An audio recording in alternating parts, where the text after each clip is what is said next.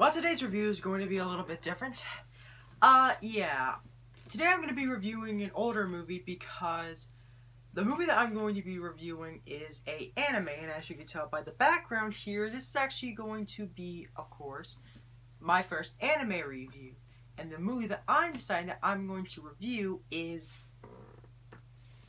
Akira, or Akira, because they pronounce it in different dubs, and or it really depends on the way that you pronounce it. It could be Akira, it could be Akira, it could be anything. Now, this is actually probably the first anime movie I've genuinely bought and seen, and it is probably one of the best movies I've ever seen in my entire life, animated-wise.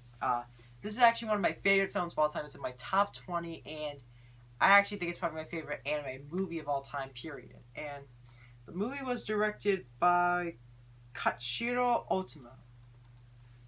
And a lot of people really don't know about this movie is that this was actually based off of a manga of the same name. But the thing is that the manga was in production. They were still working on the manga before the movie went into production, while it was in production, and after it was finished. To give you an idea about what I'm talking about, the manga started in 1982 and finished by 1990. This came out in 1988. So it was over 30 years old, but it's set in the futuristic world of 2019 in Neo Tokyo. And it's actually very much, it has an inspiration for a lot of movies and TV shows too.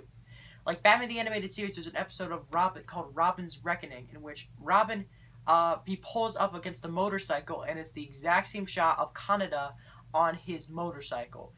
2003 opening to the Ninja Turtles. What happens? There's a shot in which Raphael does the exact same shot as Kaneda.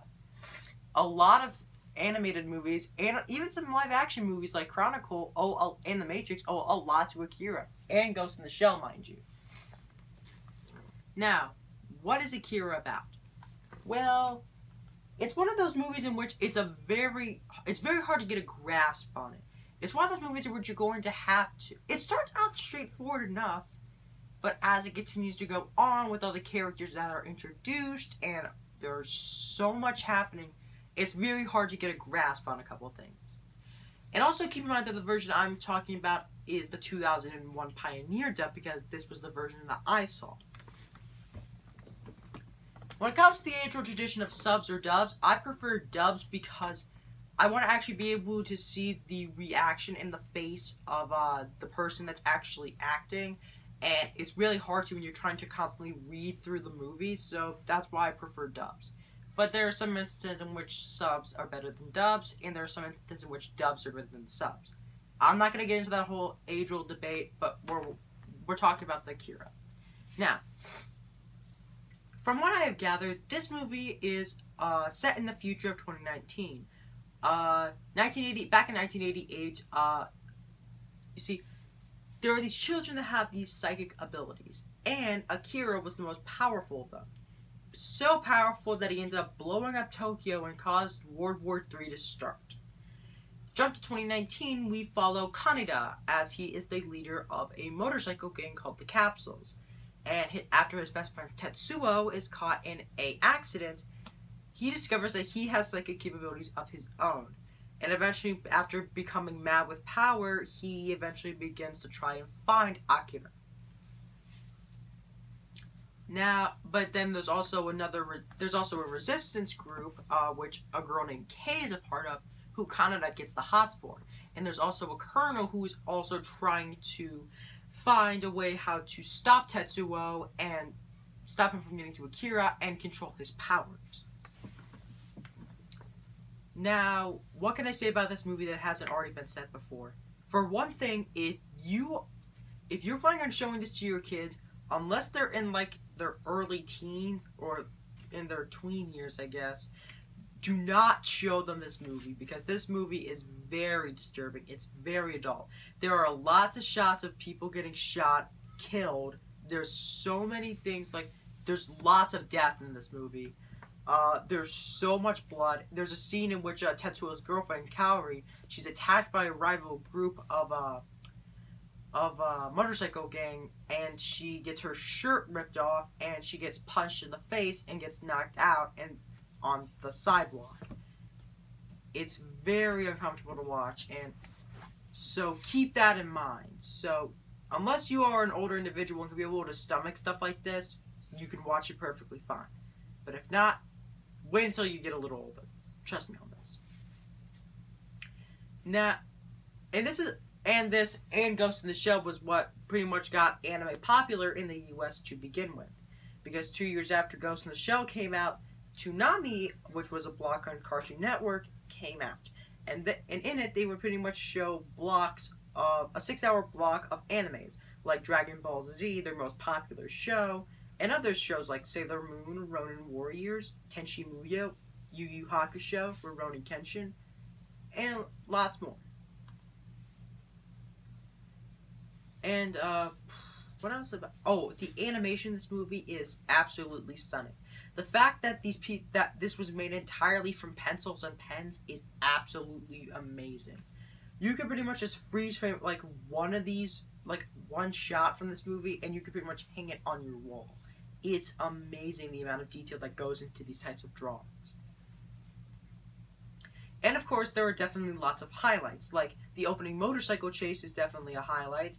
Tetsuo, as he goes on his rampage across the bridge and ends up, you know, crushing the bridge with his powers, and eventually his downfall when he ultimately becomes something more but a mass of just flesh and machine. Because earlier on he had ended up getting his arm cut. He ended up getting his right arm destroyed, essentially, and had to replace it with a bunch of machines with his psychic powers. That's why he essentially becomes sort of half machine, essentially. But yeah, this was actually a big inspiration for a lot of movies and shows. 2012, a movie called Chronicle came out, which focused on a group of kids gaining psychic abilities, but one of them eventually goes off the deep end because he came from a really, really tough place.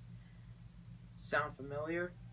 And of course, it focuses on a group of psychic kids that can be able to bend things with their minds. This was actually an inspiration for a little-known movie that came out about 20 or so years ago. I don't know if you've heard of it. It's called The Matrix.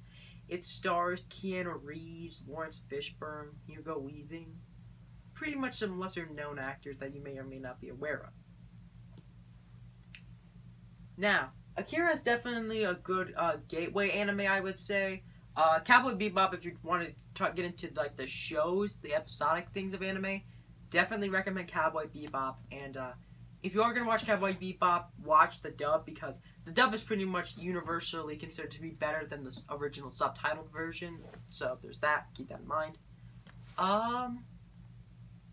But movie-wise, Akira is definitely a good start for you, because it's definitely a good start because it can pretty much introduce you to this whole style of anime. Anime isn't just a genre. It can be broken into sub-genres like action, noir, what else?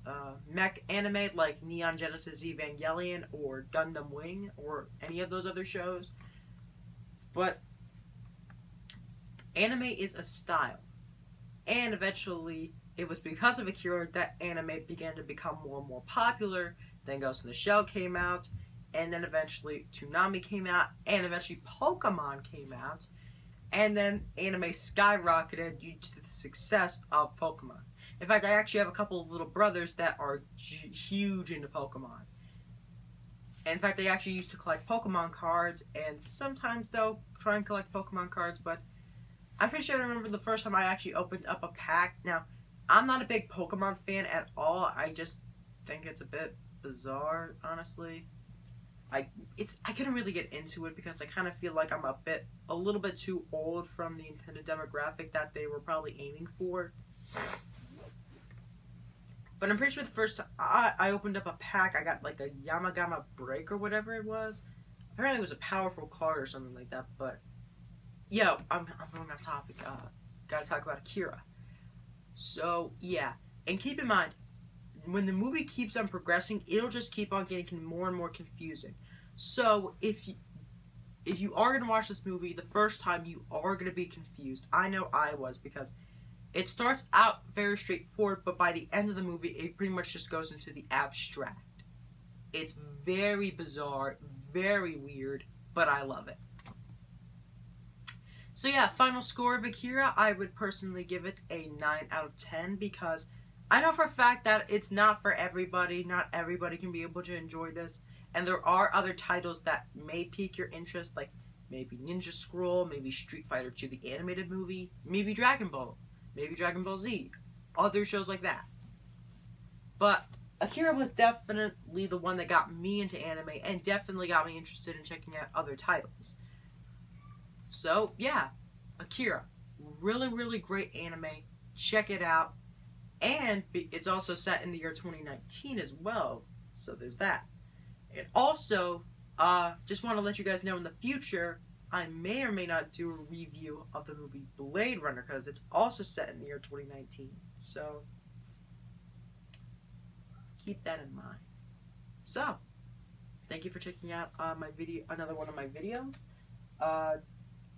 Tune in for possibly what my next review might be, in which I might review Lego Movie Part 2. No, Lego Movie 2, the second part, sorry. And in that, I'll probably also review the first movie, too. So, until next time, stay gold.